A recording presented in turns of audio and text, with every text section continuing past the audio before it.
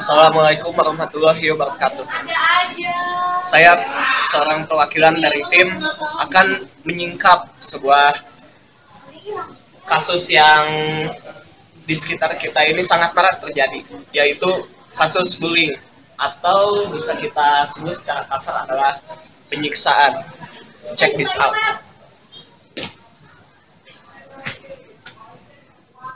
Yes.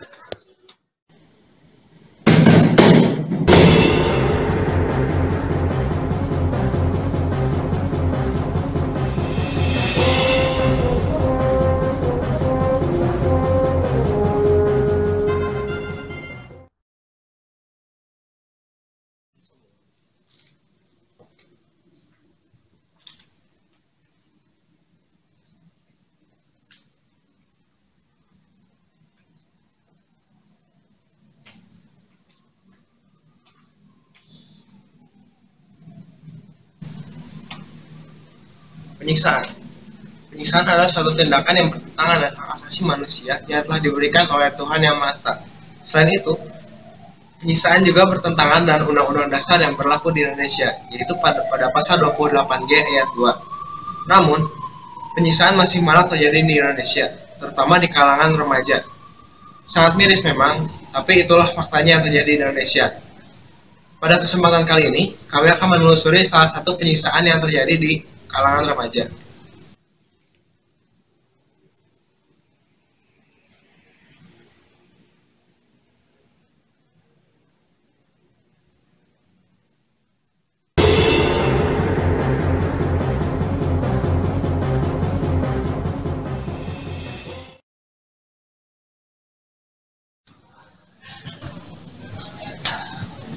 Penyiksaan memang selalu saja di mana-mana, terutama dalam kalangan sekolah.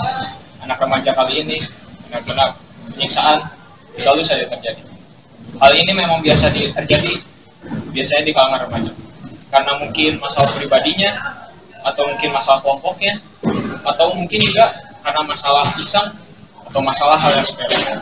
Memang penyiksaan ini harus segera diatasi dengan cara bermusyawarah atau sadaran diri sendiri.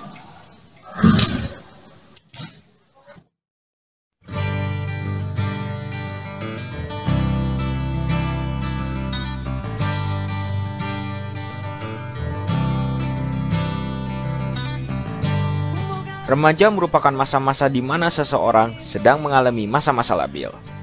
Mulai dari emosi yang naik turun, perasaan yang kesana kemari, dan lain sebagainya. Namun, hal ini tidak menutup kemungkinan dapat terjadinya suatu kriminalitas dari seorang remaja. Salah satunya adalah penyiksaan. Penyiksaan ini dapat terjadi karena hal-hal yang padahal dapat diselesaikan melalui jalur damai. Namun, karena sifat remaja yang masih labil, membuat penyiksaan ini dapat muncul. Sangat miris memang hal ini terjadi di negara hukum seperti di Indonesia ini. Penyiksaan masih saja ada di mana-mana. Kali ini, kami telah menemukan salah satu kasus penyiksaan atau bullying yang terjadi di salah satu sekolah. Kami telah menemukan salah satu dan salah seorang pelakunya. Simak bagaimana ceritanya dalam penelusuran dan wawancara eksklusif kali ini.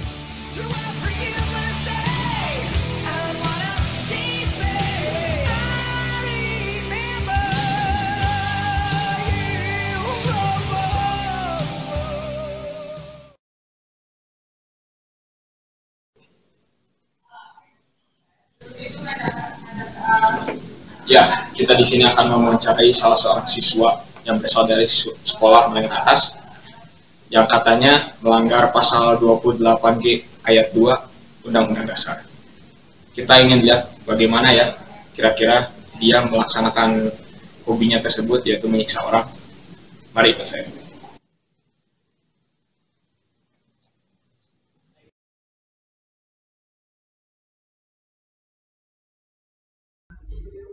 Apakah benar Anda yang bernama? Betul. Saya dengar Anda yang sering menyiksa yang bernama. Betul. Mengapa Anda melakukan hal tersebut? kita tidak usah menafik ya, kita saling terbuka aja di sini. Melakukannya sangatlah menyenangkan. Terus, apakah itu saja? Kalau misalkan ditanya motif, ya itulah.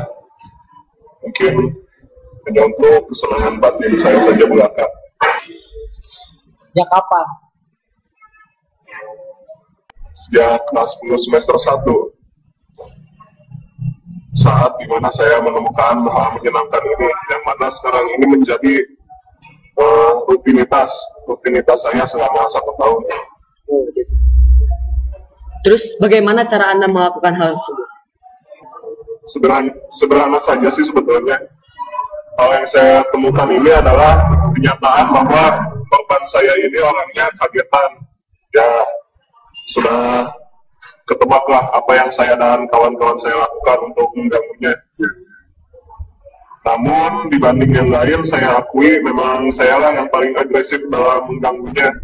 Karena terkadang saya menambahkan semacam benturan fisik juga terhadapnya, seperti mendorong dan sebagainya.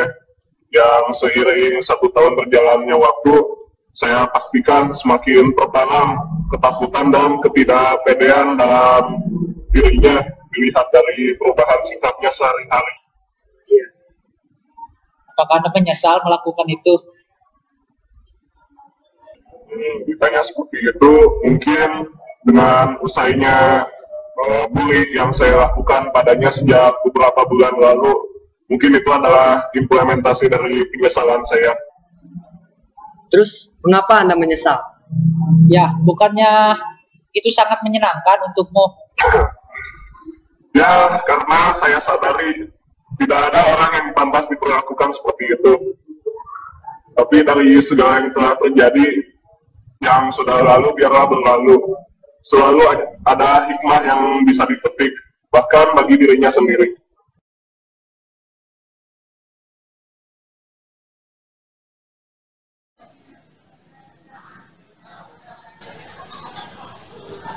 Penyiksaan memang merebak di mana-mana, terutama di kalangan remaja.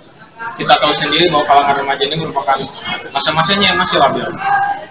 Bisa kita lihat seperti tadi contohnya pelaku yang suka menyiksa teman sekelasnya. Kira-kira bagaimana ya perasaan korban terhadap pelaku tadi yang selalu saja menyiksanya? Mari kita saksikan cuplikannya berikut ini.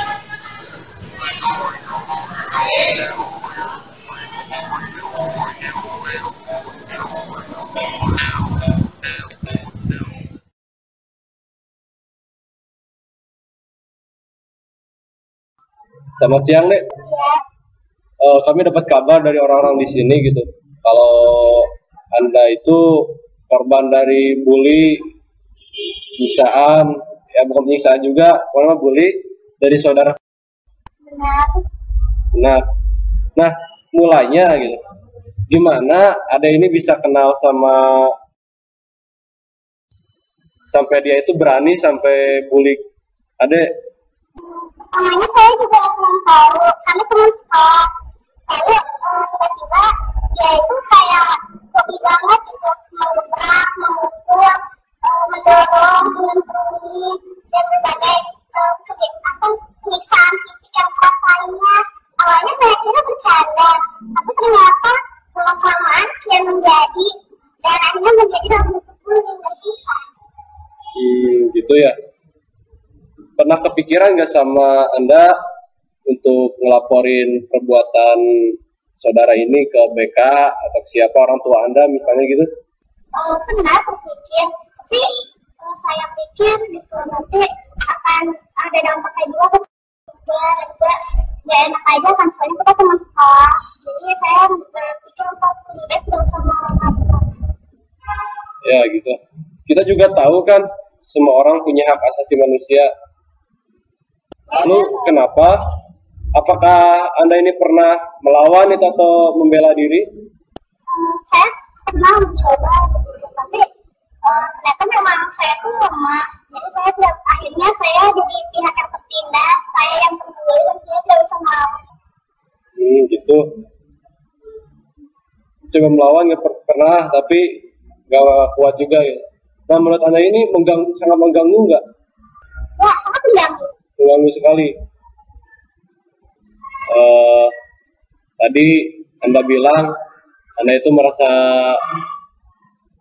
lemah gitu, nggak bisa melawan saudara yang melakukan bully pada Anda itu. Nah, apakah ada teman Anda gitu yang memberi bantuan pada Anda saat Anda dibully atau bagaimana? Ya, untungnya di sekeliling saya selalu ada teman-teman yang selalu mendukung, yang selalu berusaha melindungi. Walaupun saya tidak bisa apa-apa, tapi mereka tuh yang selalu membela saya ketika saya tertindas. Kalau dari KM sendiri? Diam gitu. Jadi dapat disimpulkan bahwa saat Anda dibully ini, penegakan keadilan di kelas ini masih kurang baik gitu. Masih kurang baik karena bahkan komponen-komponen pengurus kelas pun masih mendiamkan hal seperti ini. Kalau begitu kita bicara saat ini. Apakah saat ini masih suka menyiksa Anda? Alhamdulillah tidak. Mengapa? Karena teman-teman di kelas dan para petinggi kelas telah menerapkan sanksi yang tegas kepada. Kalau begitu apa harapan Anda mengenai mengenai penyiksaan ini? Apakah Anda masih ingin ada orang lain yang terkena penyiksaan juga, atau Anda ingin supaya orang lain juga tidak merasakan penyiksaan seperti yang Anda rasakan? Tentunya saya berharap saya menjadi orang terakhir yang disiksa dan menjadi korban penyiksaan di kelas. Saya harap untuk 1 tahun ke depan kelas bisa lebih damai dan bebas dari bullying dan penindasan. Ya, kalau begitu terima kasih atas waktu yang telah Anda luangkan. Tenang saja, privasi Anda aman di tangan kami.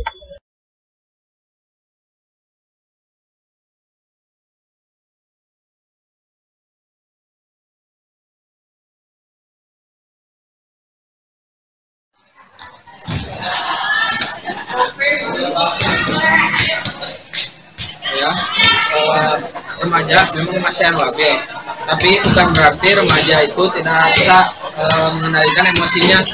Justru sebagai remaja harus bisa dituntut untuk mengontrol emosinya sendiri. Pengendalian itu dapat dilakukan dari diri sendiri maupun orang lain. Namun diri sendirilah yang menentukan hal tersebut. Pengendalian diri sangatlah penting agar hal semacam bully ini tidak terjadi di lingkungan sekitar kita. Kami beserta anggota mengucapkan terima kasih. Wassalamualaikum warahmatullahi wabarakatuh.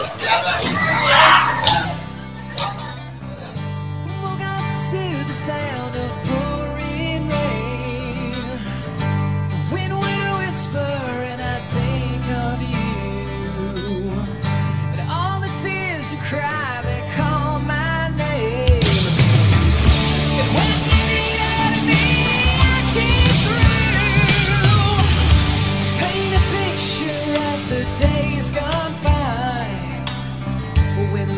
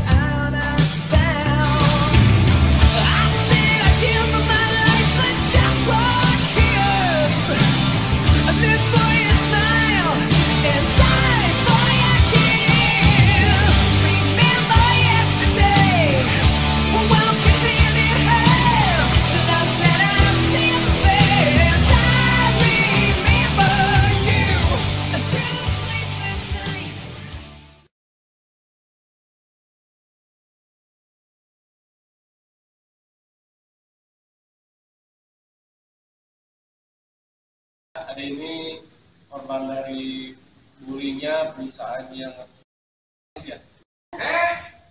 Mana Cici? Kampret, Cici mana sih ya?